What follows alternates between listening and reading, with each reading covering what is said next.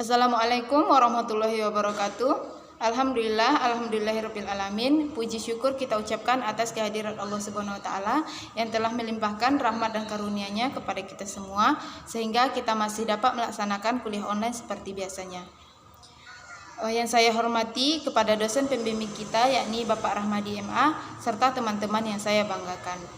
Pada kesempatan kali ini saya Febria Anggisa Putri selaku pemateri dalam metode penelitian kualitatif dengan judul Laporan Penelitian Perbankan Syariah menurut Standar APA. APA adalah American Psychological Association. Salah satu bagian penting dalam sebuah proses penelitian adalah studi literatur atau membaca dari berbagai sumber sesuai dengan topik yang diteliti untuk menghasilkan ide atau analisis baru yang dipresentasikan dalam sebuah hasil penelitian.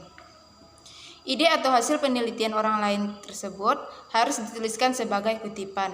Informasi lengkap tentang sumber kutipan dituliskan dalam sebuah daftar yang disebut sebagai daftar referensi atau daftar pustaka.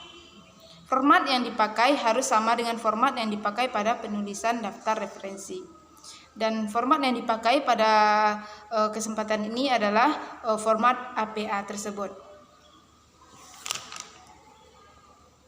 Dengan menggunakan standar aturan APA, kita bisa memanfaatkan informasi ilmiah yang ditemukan di media online, buku, dan bentuk sumber lainnya.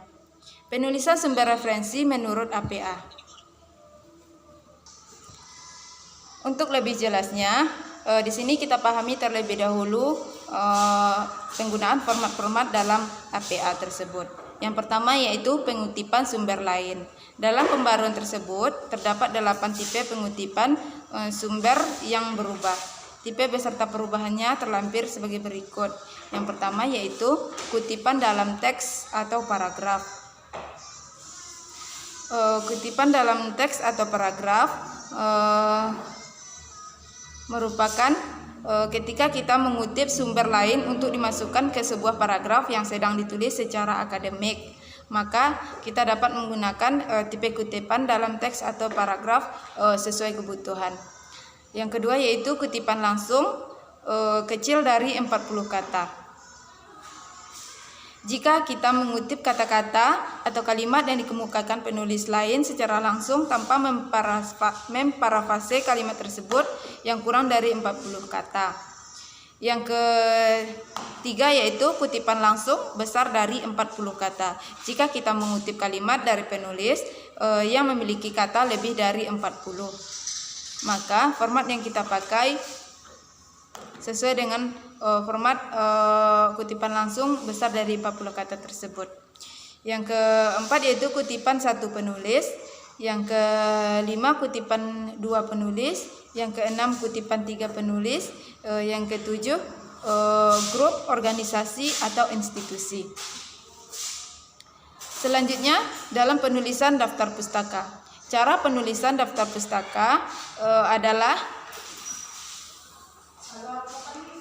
serangkaian daftar yang memuat sumber rujukan, referensi, atau acuan dari suatu karya tulis yang diambil dari buku, media cetak, dokumen, skripsi, tesis, ataupun jurnal ilmiah. Dalam menulis daftar pustaka, terdapat beberapa aturan tertentu yang harus kita ikuti, termasuk juga dalam penulisan daftar pustaka, suatu tulisan yang memuat jurnal sebagai salah satu rujukannya. Daftar pustaka dituliskan di akhir setiap tulisan akademik dan profesional. Hal tersebut bertujuan untuk membantu pembaca mengetahui sumber dari setiap kutipan yang digunakan di dalam setiap paragraf tugas, skripsi, dan lainnya. Cara penulisan daftar pustaka. Cara penulisan daftar pustaka secara umum dalam pembuatan daftar pustaka yang bersumber dari jurnal ada beberapa hal yang harus kita cantumkan di dalamnya. Yang pertama yaitu nama penulis, tahun terbit, judul artikel, nama jurnal, volume atau edisi, halaman, DOI atau Digital Object Identifier, dan URL website. Karena penulisan daftar pustaka berbeda antara satu gaya dengan gaya lainnya, tata letak dan penyisipannya pun berbeda pula. Semua tergantung dengan format-format standar atau gaya penulisan daftar pustaka yang kita gunakan. Cara penulisan daftar pustaka dari jurnal. Setiap penulisan daftar pustaka memiliki gaya atau selingkuh yang berbeda, tergantung pada format yang dibuat oleh lembaga atau organisasi. Apakah mengikuti APA Style, Harvard Style, Turabin Style, ataupun melakukan sedikit perubahan terhadap format yang ada tersebut. Dan di sini daftar pustaka menurut APA Style. Yang pertama yaitu penulisan daftar pustaka jurnal bentuk cetak. Yang kedua penulisan daftar pustaka jurnal bentuk cetak. Yang tadi jurnal bentuk cetak 1 pengarang, dan ini penulisan daftar pustaka jurnal bentuk cetak 2 pengarang. Terus penulisan daftar pustaka jurnal bentuk cetak 3-10 orang, dan penulisan daftar pustaka jurnal cetak besar dari 7 pengarang. Dan itu berbeda-beda dalam setiap penulisan daftar pustaka tersebut, tergantung dari jumlah pengarang yang terdapat di dalam suatu referensi ataupun daftar pustaka dari sumber jurnal atau referensi yang kita cari tersebut.